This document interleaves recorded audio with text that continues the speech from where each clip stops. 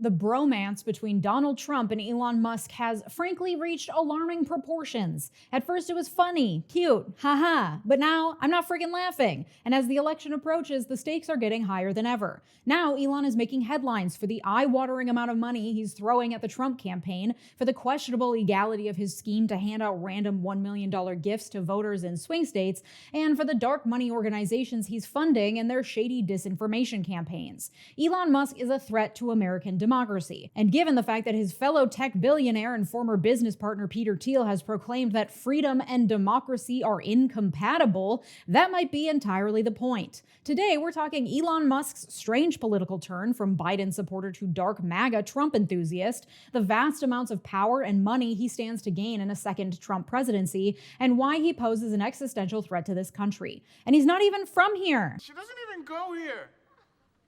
In a world where the media landscape is increasingly divided, staying informed has become more challenging. The rise of social media, the 24-hour news cycle, and an explosion of alternative news outlets have contributed to echo chambers where people primarily engage with perspectives that align with their beliefs. For example, on Ground News, I found this story about Elon Musk. Elon Musk promises to award $1 million each day to a signer of his petition.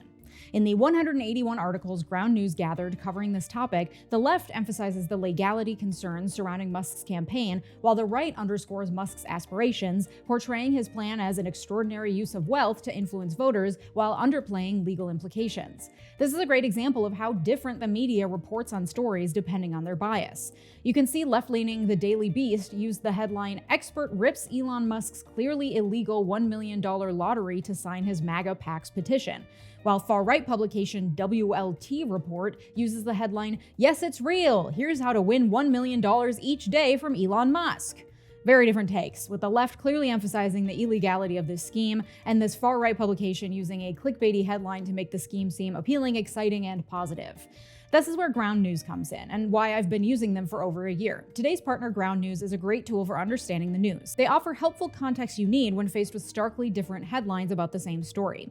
Here you can see the overall bias distribution of the news sources covering this story, with 46% of news sources right-leaning and only 21% left-leaning, indicating that this isn't being reported on much by the left. If you scroll down, you can see the overall factuality rating of the sources, with only 31% of sources scoring high factuality ratings, meaning a lot of dubious news sources are picking up this story and running with it.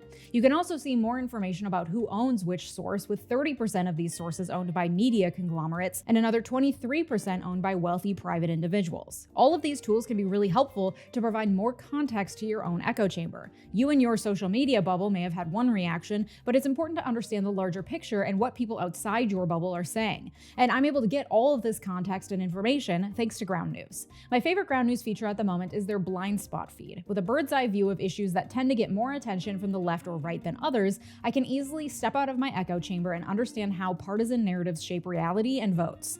I'm always really impressed with Ground News, and I genuinely think they're a great resource for identifying biases in the media. So scan my QR code, click the link in the description, or go to ground.news/Leeja to get 40% off the same Vantage plan I use to stay informed, which comes to about $5 a month. Get unlimited access to all Ground News has to offer while helping an independent team keep the media transparent. Thanks, Ground News. Okay, just to set the scene for you, a reminder that Elon Musk leaned center Democrat for years. He voted for Obama and regularly supported Democrats up until very recently. He was concerned about the owners of Twitter being overtly political. Then in 2022, he announced he'd vote for Ron DeSantis if he ran for president in 2024.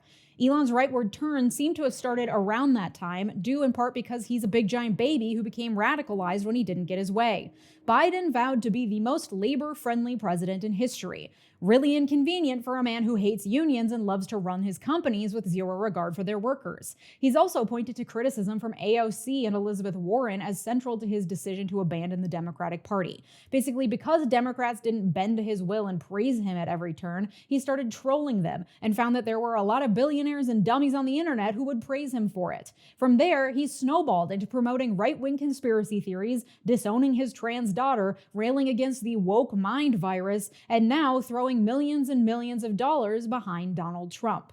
So there are a few headlines animating today's story. There was, of course, the infamous Trump rally where Elon Kubrick stared down the nation, but only after jumping around like on Sims when you're giving them different personality traits. Despite having previously shown support for Trump and pledged huge sums of money to help his campaign, this was the first time Elon took the stage at a rally and gave what can loosely be described as a speech. Since then, I think the media has taken greater notice, and so reports are starting to come out of the shady that he's been doing. And it just gets shadier. So let's take each headline in turn. It was recently revealed through quarterly filings that Elon has given $7 million to his own super PAC, 𝗬𝗏𝗧𝗏, which has grown in recent months into a key player in Trump's campaign. And Elon has been heavily involved in the operations of his super PAC.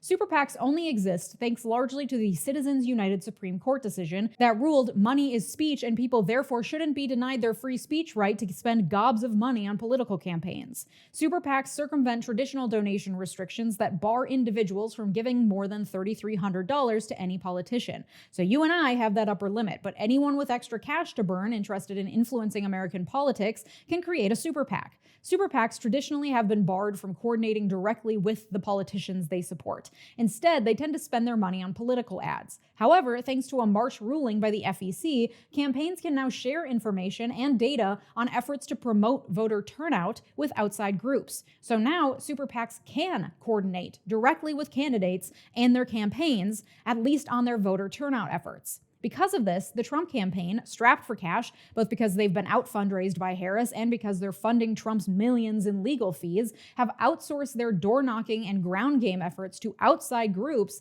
like Elon's 𝗬𝗏𝗧𝗏. And instead of spending any money on television ads, 𝗬𝗏𝗧𝗏 has spent over $100 million on canvassing and direct mail, both in support of Trump but also in support of Republican candidates in some House and Senate races. The problem that many experienced campaign organizers have pointed out is that outsourcing arguably the number one way Trump could win this election, turnout of low-propensity Trump-leaning voters, to super PACs run by and organized by inexperienced billionaires who want to play God with U.S. elections, may not be a great strategy. Candidate campaigns tend to be better equipped with knowledge and experience to effectively use their resources in ways that will actually impact the election. Elon Musk buys companies and posts tweets from the future. What the f does he know about getting out the vote?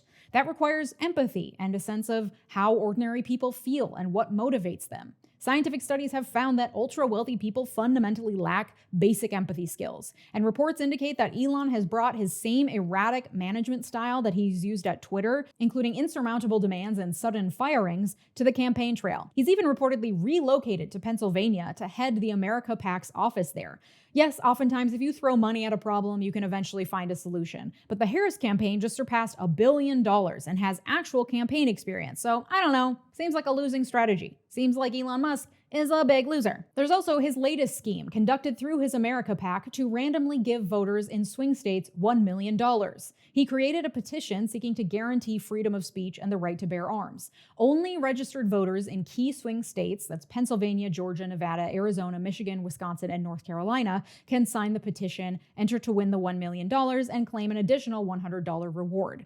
The offer expires today, October 21st, and he awarded the first $1 million check at a recent event in Harrisburg, Pennsylvania. Not to mention the fact that his $1 million giveaway stunt is illegal. Not only is Elon breaking the law, but anyone who accepts his checks is breaking the law too.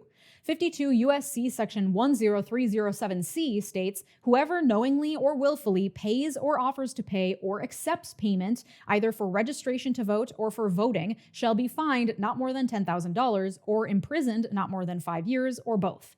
Technically, Musk is paying them to sign a petition, but the rules clearly state the only people that can win are registered voters in key swing states, which indicates that this is a very thinly veiled attempt to pay people to register to vote, which is expressly illegal and could come with prison time. The DOJ Election Crimes Manual indicates that a bribe cannot be used to induce voting activities, including bribing with money or a lottery system.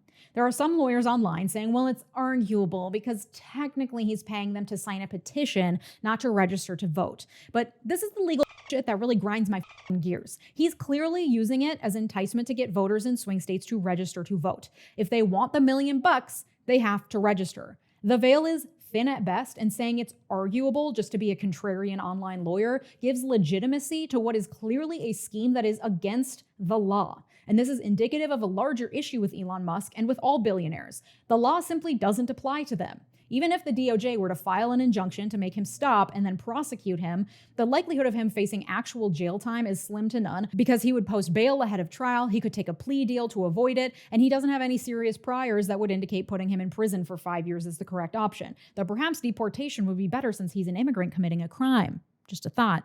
But in reality, he'd likely face a fine of not more than $10,000. Even with the lawyer's fees in this scenario, the penalty doesn't even amount to a slap on the wrist. It's not even a blip on his radar. This is why billionaires shouldn't exist, period. It allows them to take full advantage of our two-tiered justice system and buy their way out of anything. So on top of the clinical lack of empathy they possess, they also don't have to ever legally answer for their actions in any serious way, so long as they make a tiny minutia effort to create plausible deniability or some sort of pretense to point to for why they're doing what they're doing. Then the legal system is like, crap.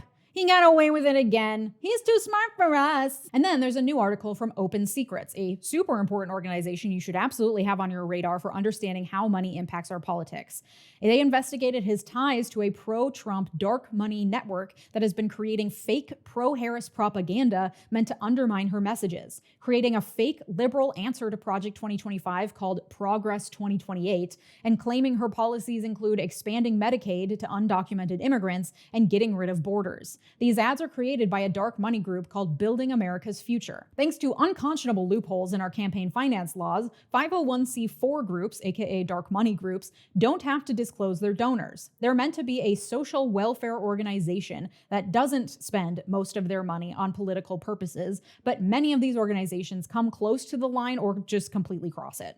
Many also claim to be fighting for a cause, like banning abortion, for example, and then strategically place ads about abortion in districts where there are elections where abortion is a contested issue. But this is really a network primed for mob-like movement of money, because Building America's Future also helps fund other PACs, like Future Coalition PAC, Duty to America PAC, Stand For Us PAC, and Citizens for Sanity, another dark money group that Elon Musk has donated millions to over the years that operates out of the headquarters of the Conservative Partnership Institute. That institute is led by Heritage Foundation President Jim DeMint, with former Trump Chief of Staff Mark Meadows serving as senior advisor. The web is purposely tangled because that's how you launder money and obscure your aims. Make it too complicated to follow. And these are just the things we know about. Thanks to our absolutely bad campaign finance laws in the US, Elon could be throwing millions more at getting Trump elected, and there's no way we could know about it. And that's perfectly legal. As are the misleading ads produced by Elon-backed dark money group Building America's Future. Generally, the First Amendment protects against government intervention of speech except for very specific circumstances, and political speech is highly protected. Truth in advertising rules only apply to businesses untruthfully advertising products or services they're trying to sell, and they don't apply to political ads. Defamation claims brought by public officials have a notoriously high bar, and I don't think these would qualify. Voter suppression is illegal, but it requires that the actor deceived qualified voters to prevent them from voting generally, not to prevent them from voting for a specific candidate. States are starting to pass laws barring the use of deceptive AI-generated content in political ads, but that doesn't apply here either. Again, for Elon and the other billionaires, both here and abroad, using their money to influence us and how we vote in this election, campaign finance laws and the FEC provide enough loopholes and weak enforcement that they can get away with pretty much anything scot-free. And outside the realm of directly tampering with our elections through funding dark money networks and door-knocking for Trump, Elon also has the benefit of owning one of the largest social media companies in the world and sending daily propaganda to his 200 million followers. Lately, this has included tweets wondering why no one has tried to unalive Kamala Harris yet, and pushing false claims about immigration and voter fraud. He took those conspiracy theories on the road, pushing the debunked Dominion voting conspiracy theory at his first solo Pennsylvania rally in support of Donald Trump just this week. Say the Dominion voting machines. It is weird that I think they're used in Philadelphia and in Maricopa County, but not in a lot of other places. Doesn't that seem like a heck of a coincidence? And Elon Musk's ramblings reveal, I think, one reason why these two men have grown such a bromance in recent months. They speak the same language, and that language is literal nonsense. Nonsense which neither of them has ever had to answer for because they were both born millionaires and handed every opportunity in life. Elon Musk didn't create businesses. He bought them. He didn't come up with anything other than millions of dollars in inherited wealth. The man is not a genius. And yet, just like Trump, because we have a fucking illness in this country where we see wealth and assume intelligence and we see success and assume hard work, we've given these men over the years this godlike status. People still call Musk a genius even while criticizing his actions. We need to kill that narrative. Musk is not that smart. You're not very pretty. And you're not very bright. A cursory glance at his X feed indicates as much. His tenuous grasp on First Amendment law is another indicator. Also, anytime he opens his mouth. This is a man who has never been told he can't do whatever he wants, has never had to face consequences, and because of all this, he knows how to speak in a tone that is authoritative and sounds smart while saying words that are complete nonsense. And I think seeing these men for what they are, prep school boys who always get their way, throw tantrums when they don't, lack any empathy or emotional intelligence, and have skated through life on the backs of their family fortune while doing everything in their power to infect our politics with ideology that protects that fortune no matter what, never having to form personalities or any significant intelligence because they can buy their way into any room they want. It helps to deflate the pedestal we've put them on, but also the fear we feel when faced with the power of their billions of dollars. On the one hand, it is terrifying that these man-baby idiots wield so much power because of their wealth. On the other hand, they're too stupid to form the vast conspiracies we often give them credit for. Yes, they obfuscate their political activities behind complex dark money networks and plausible deniability. But one of the reasons they're so complex is because they have the resources to just make a bunch of shell organizations and stack them on top of each other. It's like giving a baby a pile of blocks with letters on them and letting them throw them across the room and create indecipherable words out of the letters. That doesn't mean they're a genius. It means they were handed the blocks and allowed to throw them, and they fell where they may, and you were left to pick up the pieces. The only thing they're good at is using their money to create chaos. And maybe 5% of the time, it gets them where they're trying to go, which is enough to appear like you're a genius when you have $240 billion worth of blocks to throw around. So no, these men are not geniuses. No, they do not deserve their billions. But much like toddlers throwing blocks, they require guardrails because their chaos can hurt the people around them, which is why regulations are necessary to block them from doing their self-serving bidding, or really from ever existing in the first place, but we haven't gotten there yet, and from getting their grubby baby hands on the reins of government. And without greater regulation, and in the case of a future Trump presidency, we're staring down the barrel of a future where billionaires are empowered to drive us all straight off a cliff. And Elon will be the first Pied Piper in line guiding us to our death. Meanwhile, he's got a bunker and a rocket to his new colony for billionaires on Mars. Because behind all of Elon's fanfare and claims of caring about freedom and the First Amendment is the knowledge that if Trump wins this election, Elon will acquire more power than he's ever even dreamed of. Trump has promised that if he wins, he will create a presidential government efficiency task force tasked with identifying government waste and trimming the fat. And he's pledged to put Elon Musk at the helm of that effort. In that role, Elon would have the power to exact revenge on all the administrative agencies that have plagued his efforts for maximum profits with zero accountability. His companies have been targets of at least 20 different investigations and actions by government agencies over the safety of Tesla cars, environmental damage caused by his rockets, OSHA violations, and more. In a world where Elon Musk becomes czar of government efficiency, the Labor Department and National Labor Relations Board get gutted. No more labor protections. The Environmental Protection Agency, obliterated. Consumer protections, environmental protections, securities and fraud protections, gone. Not only would the role give the world's richest man the power to do away with government regulations, the wet dream of every conservative millionaire and billionaire, it would also give that power to a man who is already a huge beneficiary of government contracts. Yes, while Elon rails against regulations and taxes, he is also the recipient of huge government contracts through his businesses, contracts which wouldn't exist but for our taxes. The bulk of those government contracts are through SpaceX, which has received at least $15.4 billion taxpayer dollars in the form of government contracts. SpaceX's role in NASA is so huge at this point that it effectively dictates NASA's rocket launch schedule. The Department of Defense relies on Elon to get most of its satellites into orbit. Last year alone, his companies were promised $3 billion across 17 federal agencies, and that's with a Democrat in office. If Trump wins, Elon will have a direct line to the White House and the ability to recommend the gutting or bolstering of whatever government spending he wants, despite conflicts of interest that span billions of dollars and dozens of regulatory agencies. And this also means that any regulator who doesn't want to be on the chopping block will need to ingratiate themselves to both Trump but also to Elon Musk. We can see it in Elon's newly cozy relationship with Republican Federal Communications Commissioner Brendan Carr. Brendan Carr has been rumored to be up for FCC chair under a second Trump presidency, giving him more power but also more to lose if he gets on the wrong side of Trump's efficiency czar, Elon Musk. Carr has in the past said the FCC has treated Musk unfairly and has attacked Democratic FCC commissioners for denying Starlink money. Carr is going to bat for Musk. He also wrote a chapter of the Heritage Foundation's Project 2025. He's a Republican regulator who hates regulations, but he wants the government to play a bigger role in fostering the expansion of Starlink. And so he knows by brown-nosing his way all the way up Elon's hole and promising that huge amounts of government money will go into Elon's pocket, he'll gain some power in a future Trump presidency. Imagine selling your soul to become chair of the FCC. Yikes. So now, not only will the law not apply to Elon, he'll have the power to do away with whatever pesky law or regulation he wants and to toy with people's professional aspirations to demand loyalty and government handouts. This is unprecedented and dangerous. It's especially dangerous given that, remember, Elon is a big dummy, a dum-dum.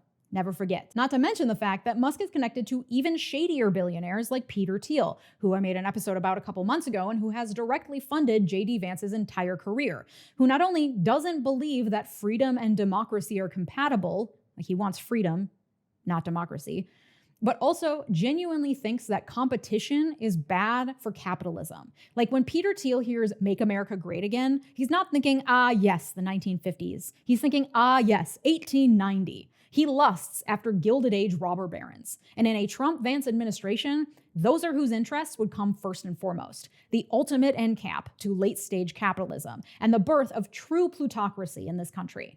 And this is why I don't have patience for people, especially in swing states, who aren't voting or who are voting third party in protest. Sometimes you have to do the thing that avoids the most damage, not the thing that brings you the most joy. The damage of a second Trump presidency cannot be overstated. We need to get Kamala Harris elected next month. And then we need to work to get money out of politics. Money is not speech. Billionaires should be taxed out of existence.